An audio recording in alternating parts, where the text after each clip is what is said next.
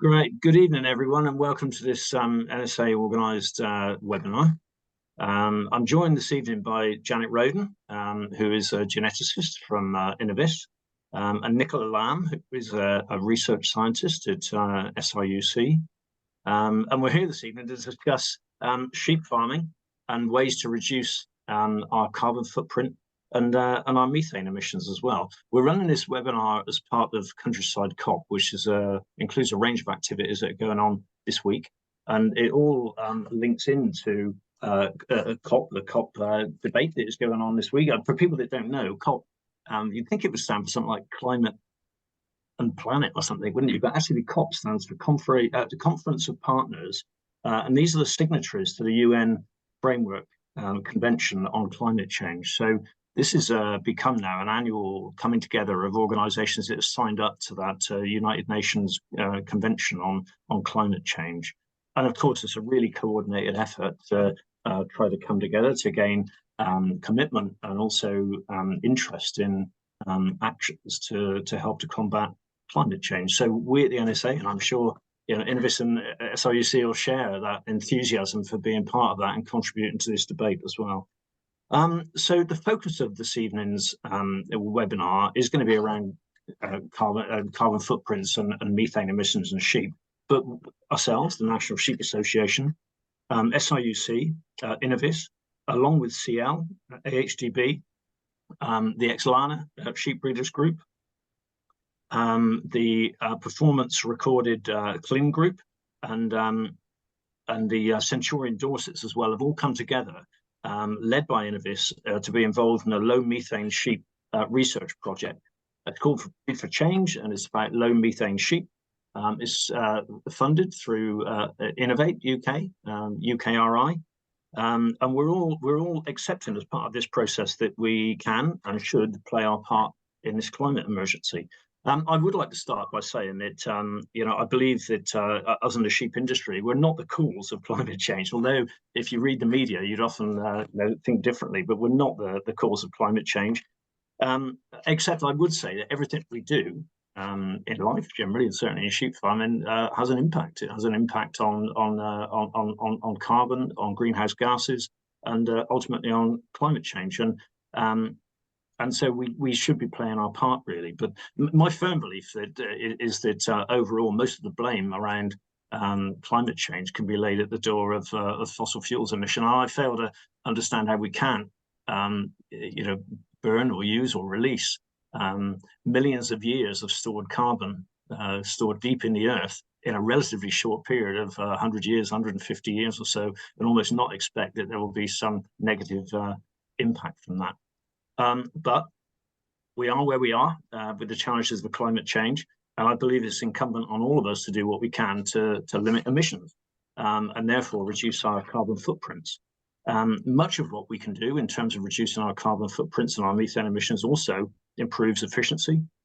It improves our efficiency, improves our productivity and our profitability as well.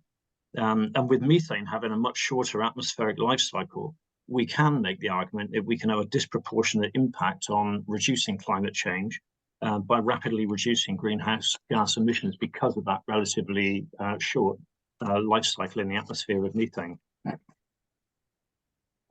Before I get going as well, before we get going, I'd hand over to Janet. I'd like to also say that this project, Breed for Change, aims to benefit our entire industry. We've got 4 significant breeding companies that are involved.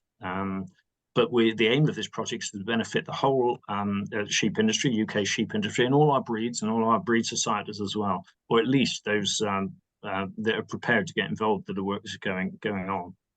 One of the outcomes is planned to be a sustainability estimated breeding value that, again, if we get this right, could be used across all of our breeds, an EBV that everyone could use. And before I pass over, I'd just like to say that we should be proud of what we do as an industry in terms of our contribution to the environment, the landscape, the carbon cycle, the habitats that we help to maintain that benefit biodiversity as well. But we should never ever think that we're doing enough. We should always hold our hands up and accept the challenges that are ahead of us and think what more we can do. And essentially, that's what this project is all about. So hopefully, we'll thank you everyone for joining us, and hopefully we'll get a really interesting presentation now and some really good questions of discussion going afterwards. If I could ask everyone to try to put their questions in the Q&A. I'll keep an eye on them. I think the plan is that Janet's going to give a presentation, and then we can open up for a bit of a discussion amongst ourselves and also deal with some of the questions that are coming in there as well. So thank you very much. And Janet, I'll hand over to you. Okay, thank you very much, Phil. I'll just share my screen. Thank you. That's a fantastic introduction, and many sentiments there that I think all of us in the project team share. So it's a really nice setting of the kind of background. So I'm guessing a lot of you have heard of the project before. So what we really want to do today is just give you kind of from the horse's mouth a little bit more about what the project's all about, what we're trying to do with it. And at the moment, it's early days. We're collecting data. We don't have many answers. We still have lots of questions. So it's really helping you understand the questions we're asking. So a little bit of background to the project. It's funded by DEFRA as part of their Farming Innovation Programme. And we started in June 2023, and we carry on to May 2026. So it's a 3-year project, which for these sorts of research projects is quite a long project. But as all of you know, in terms of sheep breeding, it's merely a blink of the eye. So we have to try and do what we can in a relatively short time. The Farming Innovation Programme is something that I'd encourage you all to look at. It's funding that's there for farmers and producers to do research that they're interested in doing that they think will benefit their business and the industry. So it's very much a situation where you come up with ideas, you have to pitch that idea, sell it in a kind of open application process. So in ours, the competition we were in, there were 54 applications, 8 of which were funded. And that's right across the whole agricultural industry. So, the more of us that are in the sheep industry that want to pitch ideas at them and get research done in the sheep industry, the better from my point of view. So there's a large chunk of funding, which the headline figure of 2.9 million has been bandied about. I think we should probably also make it clear that that's actually joint funding. So partners contribute 50 to 70%. Partners contribute to the funding. The DEFRA pay 50 to 70% of the costs, depending on the size of the business, etc. So everyone involved in it is making quite a significant investment, both in terms of their time and financially. But we're doing it because we've got questions we want to answer. We want to be part of the solution, as Phil has said, and we want to do it in a way where we're in the driving seat. We are getting questions to our answers rather than being told what to do. So that's a little bit of the background to it. So the team that's working on the project, as Phil has said, kind of at the core of it in terms of having the breeding sheep and doing a lot of the data recording, etc., 4 breeding groups. So Innovis, SIG, the Exlana breeders, performance recorded hen breeders, and the Centurion Dorset breeders. And I think you'll all recognise that that's a group, quite a large group of recorded sheep involved in that have been recorded for many years.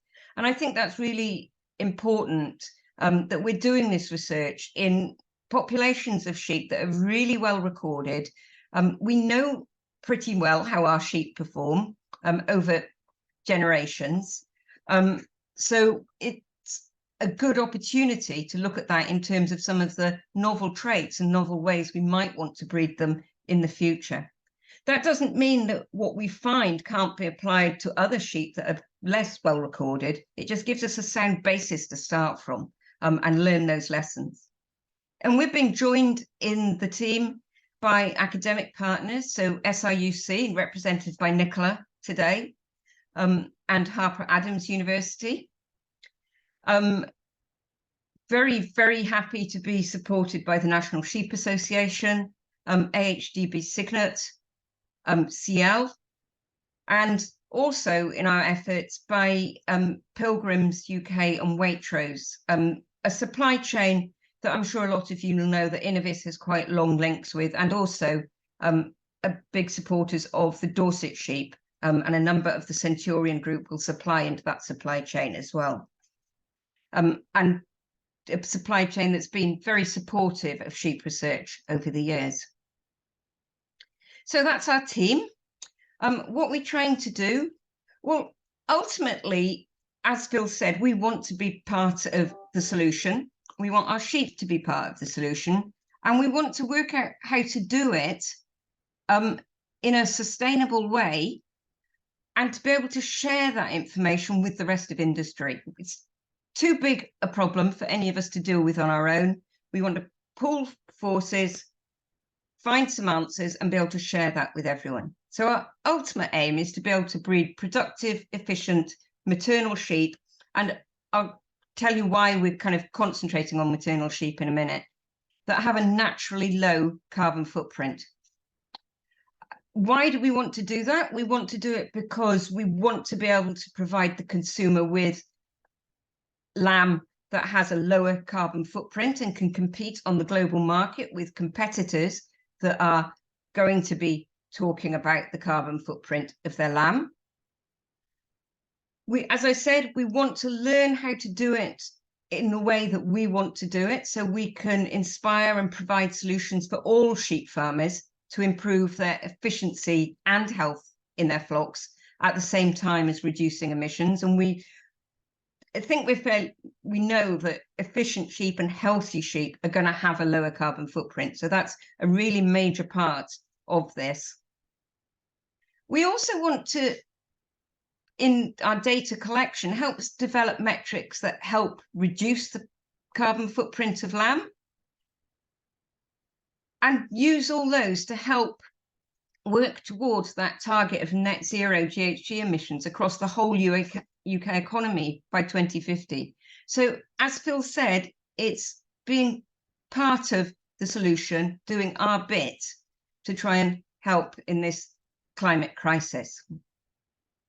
So why are we concentrating on methane, and why these particular breeds? Well, I've already said the particular breeding groups are quite key to it because they're a very well recorded and characterized group of breeds. Why methane? Well, enteric methane is the largest component of on-farm emissions from UK sheep flocks, by quite a long way.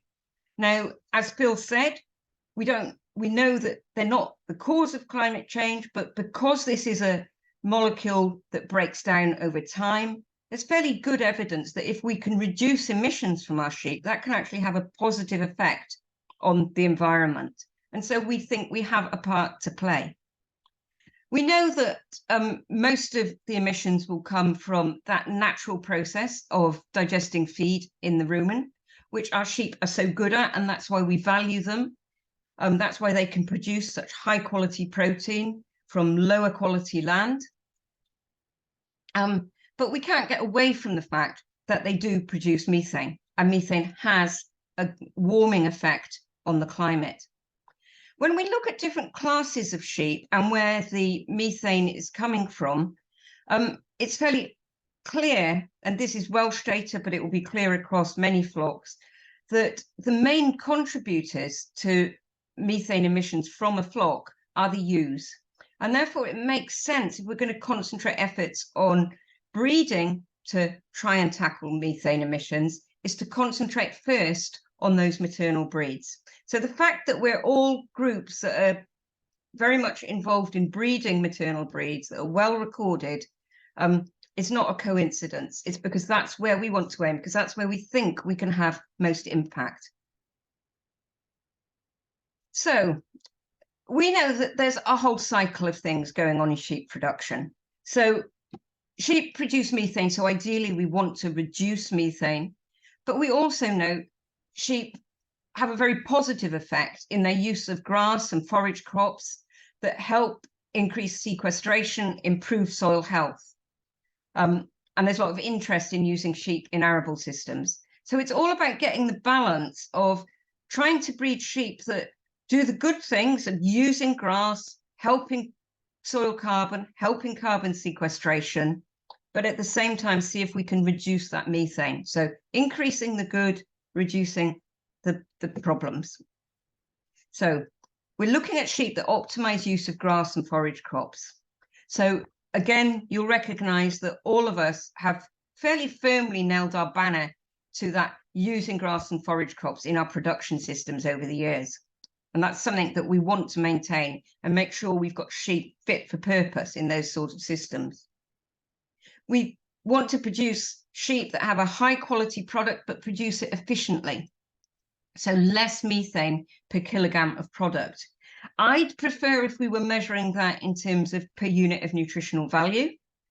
But I guess we've got a long way to go with a lot of the climate scientists, the media, etc., to get them to think of it like that. So we'll think about per methane kilogram product, but meat has very high nutritional value. So I think that in itself underestimates the value of lamb. We want our sheep to be healthy and therefore productive. A no-brainer. And we also want, ideally, if we can, to have sheep that produce less methane for every kilogram of feed they eat. And of course, we want them to be profitable and easy to manage.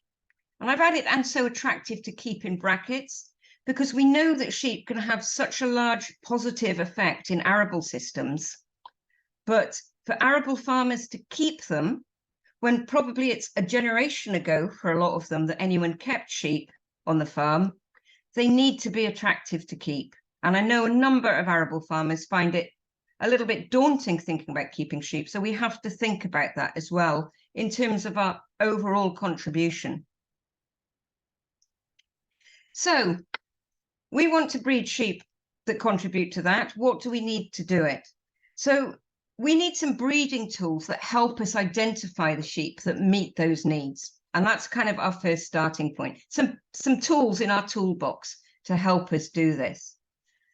So in any breeding toolbox, we have a number of different tools, and EBVs and indexes are just one of those tools, alongside our knowledge, our experience, how we know sheep fit into our system. But we're looking at those tools of the EBVs and index. So we need those that will allow us to improve and maintain the production efficiency of our ewes. Now, as I said, we're working in 4 breeding groups that have used data a lot in the past to help breeding decisions. And so we already have quite a lot of data on the production efficiency of ewes, but there's a few areas where we can get a little bit more, and this project is helping us just hone into that a little bit more. We need tools that are going to help us breed healthy sheep, and the low-hanging fruit, I guess, there is internal parasites, because we know that there's genetic variation in sheep in their resistance and probably tolerance to internal parasites. And so that's something that we can potentially breed for. We also know that sheep that have a high parasite burden, or there's good research evidence that sheep that have a high parasite burden are particularly inefficient in terms of the amount of carbon and methane they produce compared to their productivity. And so again, we think that one can have a big impact on the carbon footprint. And then there's that smaller part of it, really, the actual methane emissions from the sheep that we can also look at. We know there's genetic variation in those. It's been well established in Australia and New Zealand. And in New Zealand, as a kind of proof of concept, over many years, 10 to 15 years now, they've actually selected sheep for the high and low methane emissions and got about a 12% difference in the methane emissions from those sheep. In real life, no one's going to select just on methane emissions, and we certainly aren't going to. But as a research exercise and a proof of concept, that's been quite powerful in showing us what can be done. Another part of our tools that we need, some of these traits that we're collecting and getting data on are quite tricky to record, potentially quite expensive to record. And so we can get a lot of benefit by including genomic data in our evaluations. And so making better use of the actual data that we record to cover more animals through the genetic links and the DNA commonalities between those animals. So having a genomic profile on the animals that we record intensely is also quite important. So we can include that to include accuracy for some of these harder to record traits. So a lot of the project is just about collecting that data so we can start building these tools. So I said measuring methane output is part of it. It's only a small part of it. I guess it's the new and exciting part of it, and so it gets a lot of attention. We have a shiny new trailer traveling around the country, and again, that gets attention. So as it's a new trait, we'll talk a little bit more about that, but it is just one small part of the overall picture. So the trailer we have was developed by the scientists at AgResearch in New Zealand, and we're really grateful for their help, both in manufacturing it, but in getting us up and going it, and also the scientists at CH4nge in Ireland, who've given us a lot of help too. So we imported this trailer. It arrived in the country in June. By the beginning of August, we were up and running, measuring sheep in it. And we have a fantastic member of staff here, Liz Tree, who's been running the trailer, working very long hours this autumn to do it, and doing an absolutely fantastic job. The idea is that you can measure the methane output from lambs that are grazing. They just need to come in off grass, be off grass for about an hour, and then we can put them in the compartments. They're just in there for 50 minutes. We measure the amount of methane they emit in those 50 minutes. And it gives us a good measure that we can start ranking animals in terms of their potential methane output. It's not an absolute measure of methane output that you would get in a respiration chamber where you'd leave them in for 24 hours. But it's fairly accurate in terms of ranking them, which is what we need for breeding. The advantage of it is we can measure 12 animals an hour, roughly, so 72, 84 a day, and Liz has even done some big days of measuring more than that, and so we can measure a lot of animals. To date, we've done over 3,000 measurements of animals. At the moment, the way we're doing it is to get extra accuracy. We're measuring them twice. So we're measuring them once and then again 14 days later to give us extra accuracy. So nearly 2,000 animals in total have been measured over the different breeding groups. No Dorsets have been measured yet. We're concentrating on the ones that were born in September, and so we'll be measuring them in the spring. But the Innovis lines, X-liners and Clins, plenty of them have been measured. So that's the kind of new exciting one, but it's just a small part of what we're doing. What we really want to be able to do is make informed decisions on our breeding strategy. We don't want it forced upon us by anyone else. We want to understand how the different traits that we're looking at, so ewe efficiency, ewe health, and those methane emissions are going to impact carbon footprint, and the consequences of breeding for some of those traits, particularly our new trait, such as the carbon output, the methane output. So some other traits that we're measuring are to allow us to understand that those consequences so we can avoid doing anything silly that might be to the detriment of the ability of our sheep to be healthy, produce efficiently, and use the pastures that we have in the UK, which is very, very important to us. So as well as measuring the kind of main traits, we'll be doing a lot of monitoring of body condition. So a lot of the lambs that are being measured for methane are replacement ewe lambs, and they'll be coming into the flocks, and we'll be monitoring their body condition over the course of the project, so up to 3 years of age for them.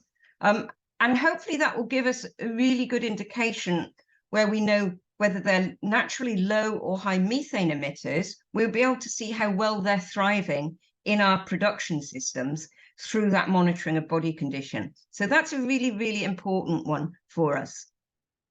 We're also on a small number of animals measuring rumen volume using the CT scanning facility at SRUC, and it's fantastic that we've got that facility to use. Really exciting. We actually got our first measures of rumen volume through today, so that was quite exciting. So we want to look at that in relation to methane output, but also the efficiency of the ewes and their ability to maintain condition over the season. So again, we have a really good understanding of how those things interact. We'll also be doing some monitoring of the rumen microbiome in those same animals where we have a measure of rumen volume. And we'll be doing some measures of feed intake and some pilot trials to see how that relates to grazing behavior. At the moment, we only have accurate measures of feed intake in a housed unit where we're feeding grass nuts. And we have some ram lambs going through that at the moment at Innovis's nucleus flock in Southfield. All of us are ultimately more interested in feed intake at grass, but we don't have a good way of measuring that at the moment. So we're hoping that in measuring sheep that we know well about how they perform at grass, and then doing some pilot work to see how we can relate that to grazing behavior, we can understand the interaction of all those things a little bit better to help us make informed breeding decisions and to share that knowledge with the rest of the industry to help them make informed breeding decisions about things that they might want to change or not in their sheep. Another part of the work is taking that a little bit further and thinking, well, if we breed sheep for these particular traits and we can make changes in those, how does that then actually impact on the farm carbon footprint as a whole? So there'll be an element of modelling that the Harper academics are helping us with. We're using data from the Pilgrim's Waitrose supply chain based on real farm data from 40 farms. So again, we're really grateful to those for giving us that data that really grounds this in the reality of some very productive, efficient farms. And we'll use that to help refine some of the metrics we used, help to provide data to improve carbon calculators, we hope, for the future, which should be to all our benefit if we can get more accurate carbon footprints and fairer carbon footprints, and get a better feel for how genetic changes we can make will actually impact those farm carbon footprints. And ultimately, we want to share what we learn.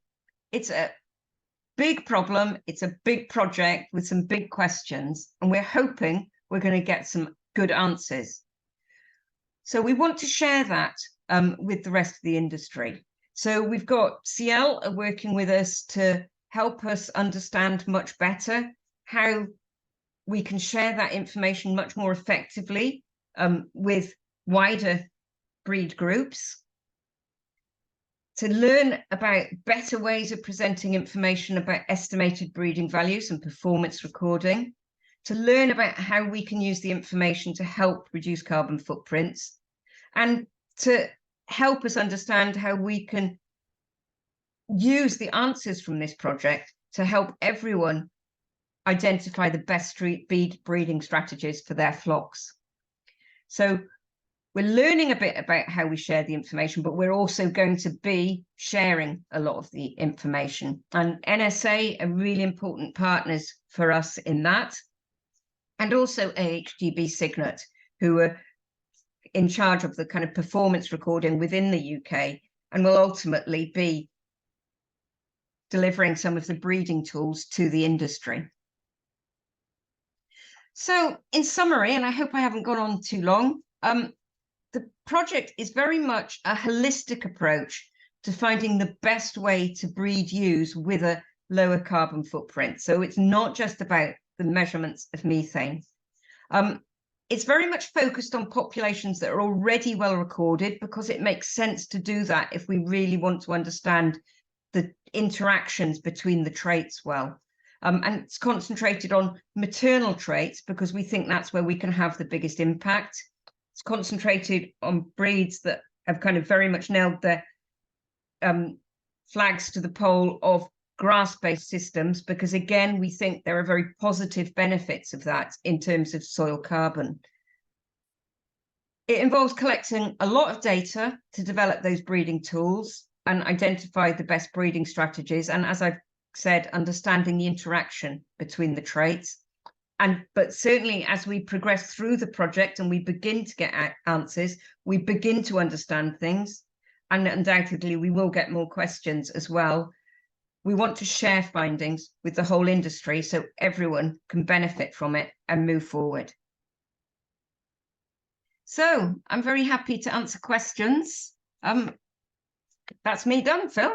No, that was really excellent. It's a really thorough, overview of this project. So thanks very much, Janet. So we've got a couple of questions coming in, and just ask everyone to get those questions coming in. Don't worry how controversial they are. It's good to have a few controversial questions, or how challenging they might be, or how silly they might be as well. Any questions are good questions. So get those questions coming in as much as you can.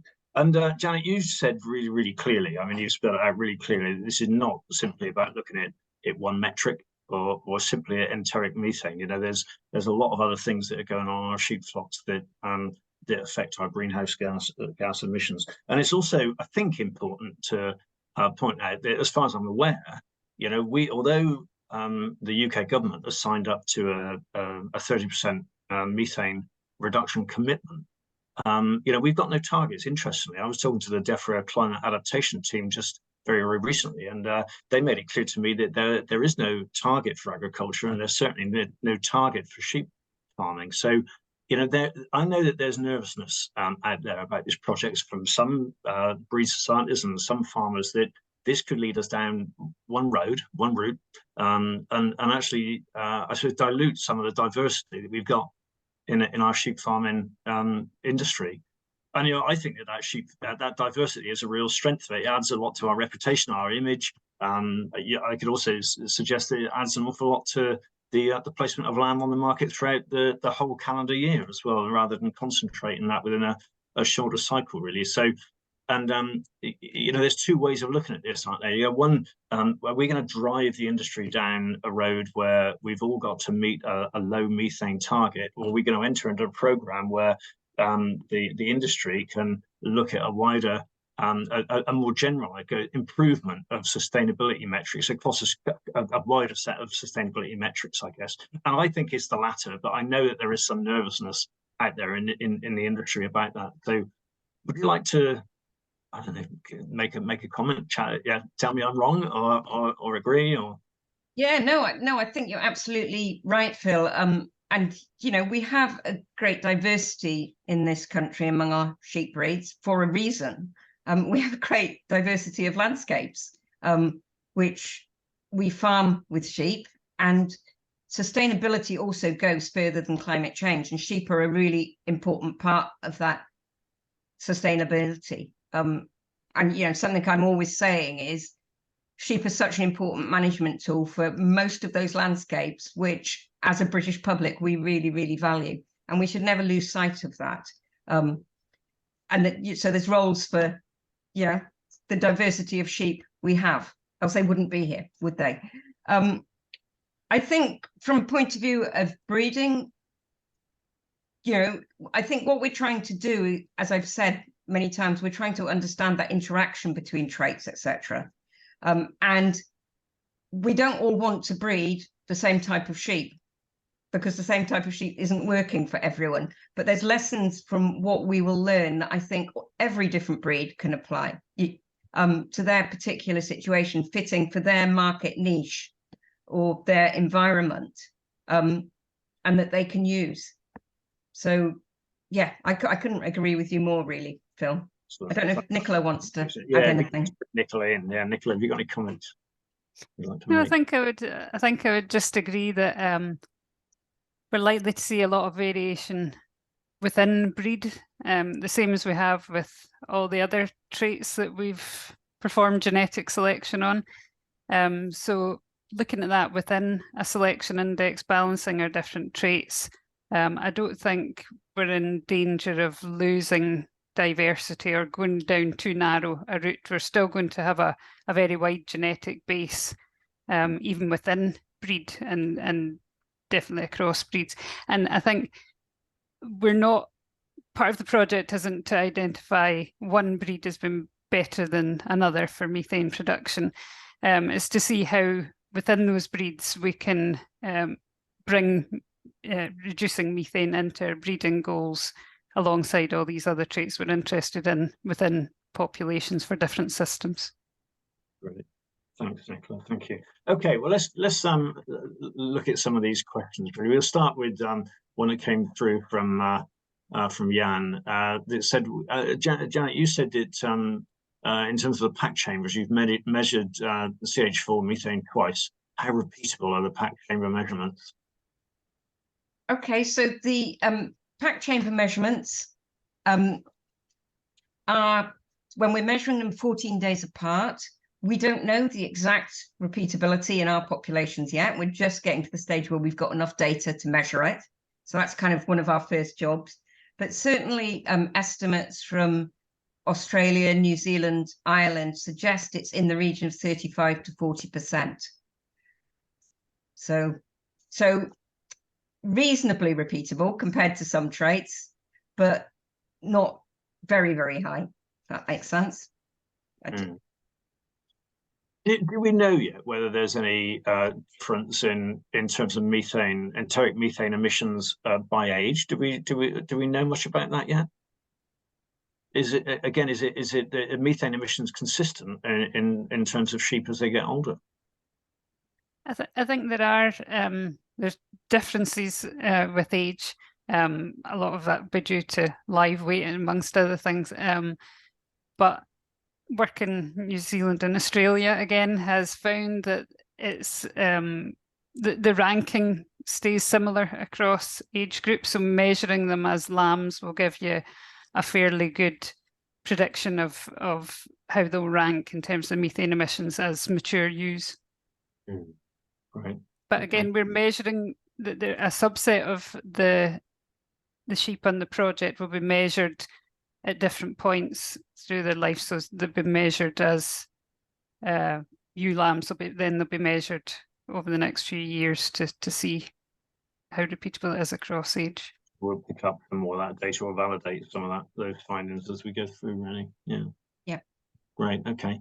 Okay. So Viv Lewis has asked if we could explain a little bit more about how we plan to monitor grazing behaviour and what is good grazing behaviour. And I guess that again takes us back to that whole thing about diversity in our systems. And we were, I suppose at the extremes. Then you've got some of those upland farms with fairly low quality forage, and then in that lowland arable situation, you've got lots of clover lays and high quality forage. And yeah, how do we what is good grazing behaviour and how we differentiate? So yeah, no, I'm not going to go there in terms of saying what good grazing behaviour is. I think it's I think different systems, or we could debate that one long and hard. How we're planning to monitor grazing behaviour is just some pilot work we're going to do towards the end of the project, and it's the Harper Adams sheep scientist, so Sarah Morgan, who will be doing this, but she's going to do some work where she's monitoring the intake of sheep at grass using N-alkanes, which is a marker that can be used to see if that could work. I think she'll also be looking at some other technology. It's a couple of years' time, so it's waiting to see what comes through. So yeah, I think what we'll really try and do is see if our measure of feed intake in a kind of house situation fed grass pellets, which is the best way at the moment that we've got to measure feed intake and feed efficiency, how well that actually relates to their intake and their behaviours at grass. So we all know as well that stratified sheep system has always been a really strong part of our industry, and I think it probably would still account for some maybe 50% of our sheep numbers, still really, really significant. you know, I think we've got to recognise, and we're doing it because we've got good records, or you've got good records and good data. But you know, we also know within some of those stratified systems, capturing that data is really quite challenging, isn't it? Really, so. Yeah. It's a question really about at what point and how can we bring some of those flocks in and breeds in that they're involved in crossbreeding and stratification to try and get some better understanding of that system. And I guess that relates a little bit as well to you know, lambs that are maybe being reared in the uplands on a very different forage than they're coming down onto the lowlands and being finished on as well. You know, so and that's quite a long-term thing to understand, isn't it? Really. It is, and that is, you know, that's always a difficult one, isn't it? In the stratification system, you do have your different qualities and types of feed. Within our project group, we've got a massive range of systems. We're all based on forage and grass, but we've got a range of systems, and we have the Innovis cheviots involved, which are grazing the kind of lower quality areas of our farm at Southfield, down to some sheep that are on lowland grass, herbal lays, etc. So we've got a range, and we're hoping to kind of get a better understanding across that range of types about it. And that might address Jan's second question, really. But Jan is saying, as a follow-up, would you expect the rankings of groups of ewes, a group of ewes, to be the same on different forages at different stages through the annual cycle? So a slightly different question. And how will this react with the gut biome, microbiome?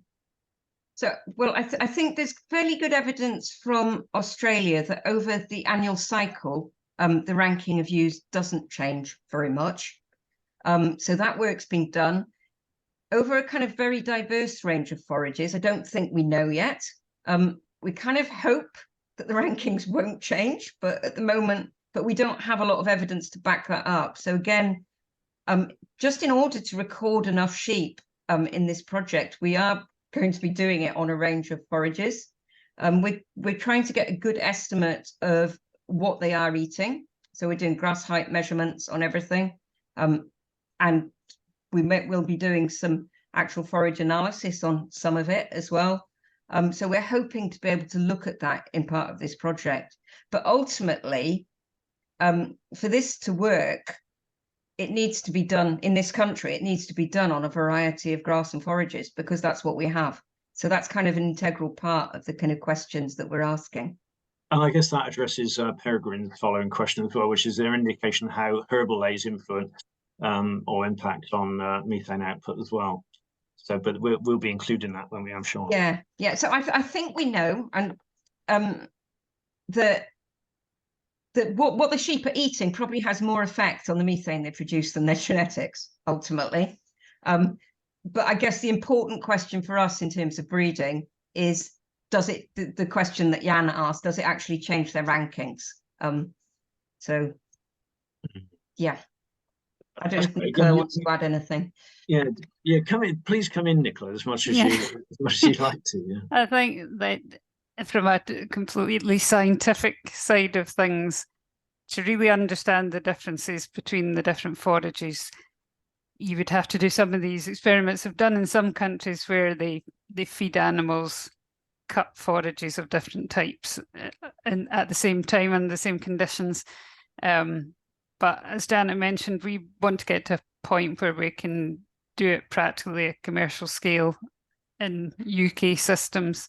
In New Zealand, within their breeding programme, I think what they do is they just say to people, you can only measure sheep off grass, because they don't really understand yet if there is any re-ranking with different forage types, and perhaps they aren't used in the same way in New Zealand as they are here. So I think by recording sheep off different forage types in this project, we'll get a bit of a handle on that. And because we've got such big numbers, I think that'll give us a good idea of how that affects the genetic relationships that we're seeing as well. Great, thanks, Nicola. Thank you. Horace Smith has asked a couple of questions. Firstly, and again, it is that upland and lowland situation, you know, and the difference in sheep farming systems. Farm systems vary in terms of lowland versus uplands, consequently reflected in efficiency per kilogram, efficient kilogram methane per product output metric. You mentioned that a little bit in your introduction, in your presentation, Janet.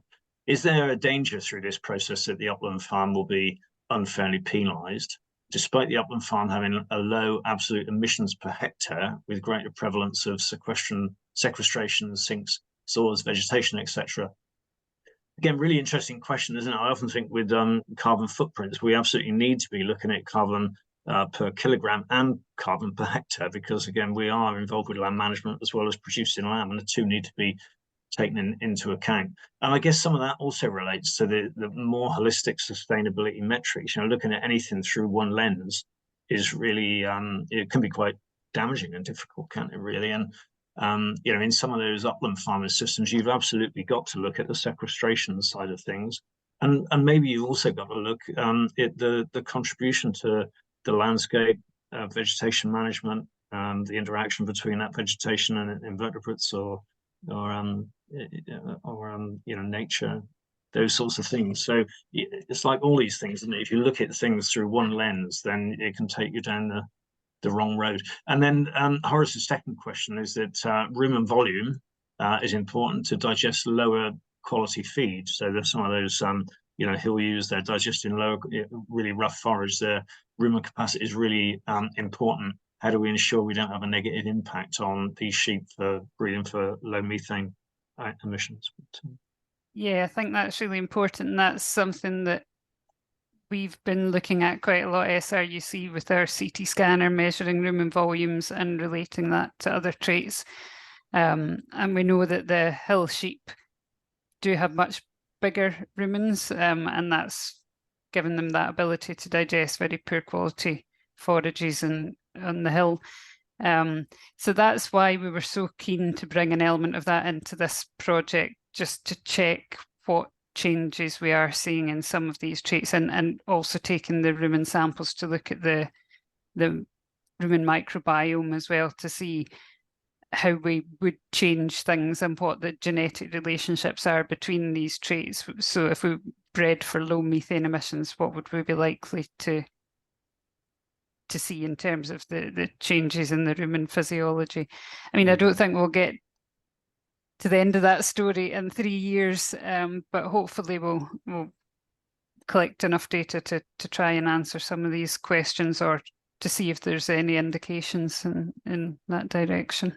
Yeah, but it's something we're definitely very keen to understand better. Lots of these questions are linked and connected in some ways. I'm going to ask Clive Phillips's second question first, really, because it flows on a little bit from this discussion. Has any research been done on whether there are actually any benefits to higher methane emissions? So again, you know, I think we'll pick that up, won't we, really? But I mean, the fact that you're looking at a whole range of different productivity KPIs, we should pick that up. But I mean, that would be really quite interesting, wouldn't it, if we found that high emitting sheep had some great benefits in terms of, I don't know, disease resistance or growth rates or whatever it might be. But we should pick that up, shouldn't we, really? I think from the work that they've done in New Zealand, where they just selected on methane and kind of did high and low methane, I think their data suggests that in most traits, there isn't much benefit of high methane. I think the one trait that kind of went where the higher methane sheep were doing better than low methane was fleece weight. Is that right, Nicola? Can you remember? I can't remember. I don't remember. I seem to remember it was detrimental. Selecting for low methane looked like it was going to be not detrimental to any of the other traits, but it might have been if you're really aiming for a high fleece weight. And again, I think you might have showed, you might have mentioned this earlier on, but from the limited number of results of a number of carbon footprints that I've seen on sheep farms, the biggest contributor to that carbon footprint is enteric methane emissions. So it's really important, isn't it? Yes, yeah, it is. Even though, again, you said it might account for, well, some 12%, I think, in terms of, that range that we could reduce it by might be 12%, which sounds fairly small, but in carbon footprints, it looks significant. Yeah, it's making up about 55% of the carbon footprint of a flock, is that enteric methane. So it's the kind of big one to have a go at, really, where we're likely to have most effect. And I guess that is partly a reflection of the sheep flocks in themselves aren't big contributors. There's not a lot of other things that we're contributing to greenhouse gases. It is literally mainly just our sheep processing low quality forages. Absolutely. And going back to where we started as well, and I'm just referring to some of Miles Allen's work from Oxford University on GWP star. The argument about this is partly about the fact that because methane has got a relatively short atmospheric life, if we can significantly reduce methane emissions, then because of that breakdown in the atmosphere, we should, and methane is a potent greenhouse gas. Is it some 26 or 28 times more concentrated than CO2, I think. So if we can do that, we could, over a period of 10, 15 years, quite rapidly reduce the amount of greenhouse gases in the atmosphere. And that is the argument that we could say that we're contributing to cooling or a reduction of warming gases. So it is really significant, and it's quite a compelling argument, I think. Yes, yeah, absolutely. And if you hear Miles Allen arguing it, is really quite compelling. And it's basically that because it has a 10 to 12 year cycle, your stock of methane in the atmosphere, if you're adding to that less quickly than it's breaking down, then you're reducing it and you're having a cooling effect on the climate. Absolutely. And in terms of reputation, that's quite important for us, I think. Yeah. Okay, I'm going to link one of Clive Phillips's questions with a question that I think Robin Hume has put in as well. So it's about what might the output of breeding strategies look like for non-recorded or EBV flocks? How might the strategies that we learn be deployed? And then Robin goes on to say that if diversity is so vital, how are the lessons from such a narrow selection of UK sheep industry going to apply to and be spread throughout that diverse UK sheep population? Will all the data and information from this government-funded project be available to all the industry in its entirety? So how will non-EBV flocks benefit from it? I guess they will benefit from us learning about the interactions of different traits from a management point of view, as well as a genetics point of view. Our aim is to produce a kind of carbon footprint based selection index. So anybody could use that to identify animals to breed from that can help contribute to genetically reducing methane emissions from their flock. And picking up Robin's question, with our data from the project will be shared. It will be published in academic journals. It will be shared in industry events. And as much as possible, we'll share as much as possible. Can it be applied? I would argue that it's not a particularly narrow section of the UK sheep industry. And we've got kind of if we think of the different Innovis lines, we've got a number of different breeds and lines involved in it. So it's certainly, in terms of maternal sheep, the lessons that we learn, which are about the general relationships between things, that they should be applicable across a much wider sector of the industry. And if you think about those breeding strategies, going back to Clive's question, are those breeding strategies be employed in a lot of our everyday commercial flocks? If we're looking at low methane enteric emissions, then there's obviously going to be some genetic selection is going on, isn't it? Genetics is going to be a key part of that, but there will surely be some very practical and basic guidance that comes out of this project that shows you what you can do to make improvements and advancements without that genetic evaluation as well. through it will probably give some people a guidance on what they can focus on to make the biggest impact on reducing their carbon footprint. Yes, absolutely. And I think that's an important part of it. It is learning, what is going to contribute to reducing that carbon footprint, and the modeling work that we're doing will help to identify that as well. So as you say, where can each flock concentrate? And the answer will be different for different flocks and different systems. But what we're hoping to do is just get an evidence base behind that to help people make informed decisions. Yeah. Okay, we're going to go. Could I just sorry. Come back to Robin's last point there as well. I think that the aim, as Janet said, is to produce an index that will rank sheep on their carbon footprint, and that will hopefully be an index that can be taken up by Cygnet and adapted for different breeds and different breeding groups. So even though the parameters behind it might come from the breeds that are within the project at the moment, that can then be rolled out to other breeds once that groundwork's done as well. So hopefully that sort of carbon index is an output that can go forward and impact on all different breeding groups. Thanks, Nicola. Stephen Johnson has asked whether utilising the chambers and recording an abundance of traits would we be hopeful of finding a less costly and more scalable proxy measure for methane, which could be utilised across the pedigree sector. You want to go first on that one, Nicola? Potentially for the things that we're recording, but actually the pack chambers are proven to be, well, compared to some other phenotypes that we measure, fairly easy to measure. At the moment, because we're doing the duplicate measurements, that makes it a bit more difficult, but something that we can get data from 70 or 80 sheep a day is, that's relatively straightforward compared to some other measurements that we can get. But we will be looking at the relationship between the methane measurements that we take in the packs and other traits that we're measuring.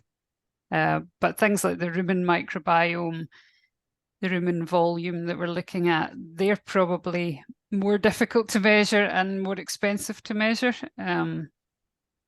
Janet, do you want to add anything to that? Yeah, no, I agree. And I think certainly at the moment, those other measures are more expensive than the direct methane measurements. I think it's Suzanne Rowe in New Zealand who's been kind of instrumental behind an awful lot of the research there. Seems quite hopeful that they're working on getting kind of cost-effective measures of the rumen microbiome that could work as a proxy trait. I think that they're not there yet, but they are working on that. And we work quite closely with Suzanne, and we've kind of very much supporting her research and said if there's anything we can do to help in the development of that, we'll do it. And if she wants anything trialed at this end, we'll do it. So, we're looking at that and hopeful. I guess the use of genomics as well is important from that point of view, so that you can concentrate your expensive trait recording on well-recorded animals and use genomic information to spin that out to a wider part of the population as well. So that's an important element. That's helpful. Someone here with a good insight into some of the work that's been done into New Zealand has made a couple of points through. New Zealand research has shown that lower methane lines do not have smaller rumens, and there's a link there to some information, and also makes a point that lower methane EBVs in New Zealand correlated with higher fleece weights, which is quite interesting. All right. Okay. Yeah, that's quite interesting. Yeah, this is another really interesting point that comes up in a lot of conversations from Stephen Johnson in response to Clyde's question on the benefit to reducing methane. Many years ago, I reduced the amount of methane produced by growing lambs by 50% by offering high levels of concentrates, for shortening the time on Earth. I guess that's a benefit observed as a 40% increase in the efficiency of utilization of metabolizable energy for growth. This would suggest the potential fairly good benefit. And I suppose that takes you into that whole arena of whole life cycle carbon footprints being an important part of tracking methane as well, doesn't it? Really, but it's interesting. Yeah, it does, and again, I think it brings that just looking at one metric is not always good. We need to think of sustainability as a whole. Yeah, and other metrics are important. But it is interesting. This person has also put another link. We'll capture these obviously and make use of them, but there's another link to some of the work done in New Zealand, showing the lower methane selection line was consistently and long-term of higher genetic merit than the higher methane line. So a close linkage between higher genetic merit and low methane production, which again is a win-win situation, isn't it? It's what we want, really. So Horace Smith has I think pointed out the fact that some of this is really long term. How many years will be granted for a farmer to reduce methane while attain better performance efficiency and profit? Genetics is a slow burn. It will take a flock turnover of 3+ generations to get real change. If 5-year life, then this will be 15 years plus. So it is part of a long-term thing, isn't it? It is long-term, but we all know that genetics is kind of a long-term slope, but it's cumulative, it's cost-effective. And if we're selecting our sheep, keeping them adapted to our environments, we're going to contribute over time. Absolutely. Well, that's great. It's just turned 8 o'clock, and we've come to the end of all the questions that were posted in as well. I mean, I think we've had a good airing of this project, and there have been some good questions and some questions that have been answered very effectively as well. We're at the start of a process. This is again a 3-year project. We've got an awful long way to go, but I think there's some great partners involved in this this project. The slides you showed, Janet, shows that there's some a wide range of organisations with a wide range of interests and skills as well, and hopefully that will help us have a big impact. And again, I think one of the things we will be measured on, I guess, or criticised against, is our ability to engage with the wider sheep industry, and we absolutely want to do that. So if there is anyone on this call that wants to get in touch or is connected to breeders or breed societies that want to get in touch and engage with this, I would ask them to do that. Just get in touch with any of us, contact us, and we'll get in touch and make sure when the time is right that we engage with you and involve you and bring you in where we can. But and also just to finish by saying that this is an absolutely crucial subject. We've got a number of challenges that face our industry, and probably if you look at the protection of our natural resources, climate change, and the biodiversity crisis, all those are really important. But probably at the top of that is climate change. And I started off by saying that I don't believe that the sheep industry has caused the problem of global warming and some of the climate disruption we're seeing at the moment. But we can certainly play our part in helping to address it, and in doing so, be seen as being responsible. And I hope that responsibility will also help to support and drive our market, both here domestically and in exports in the future. We know that other countries are working in these areas, and they'll be making claims and giving evidence, and it's absolutely, and it's really important that we do the same. We always say that we're a sustainable industry, and we need to both prove it, but also to think about those areas where we can find tune and move things on a bit further forward. So Janet and Nicola, is there anything finally you'd like to say before we close? No, just thank you for giving this opportunity to talk about the project, and some great questions and good discussion there. So let's keep going. Yeah, absolutely. Well, thank you both for joining and contributing so well, and thanks to everyone that's joined this evening as well. And thanks for all your questions and for joining us. And we'll I'm sure we'll speak again soon. Thank you very much. Good night. Thank you. Thank you. Good night. Bye. Bye-bye.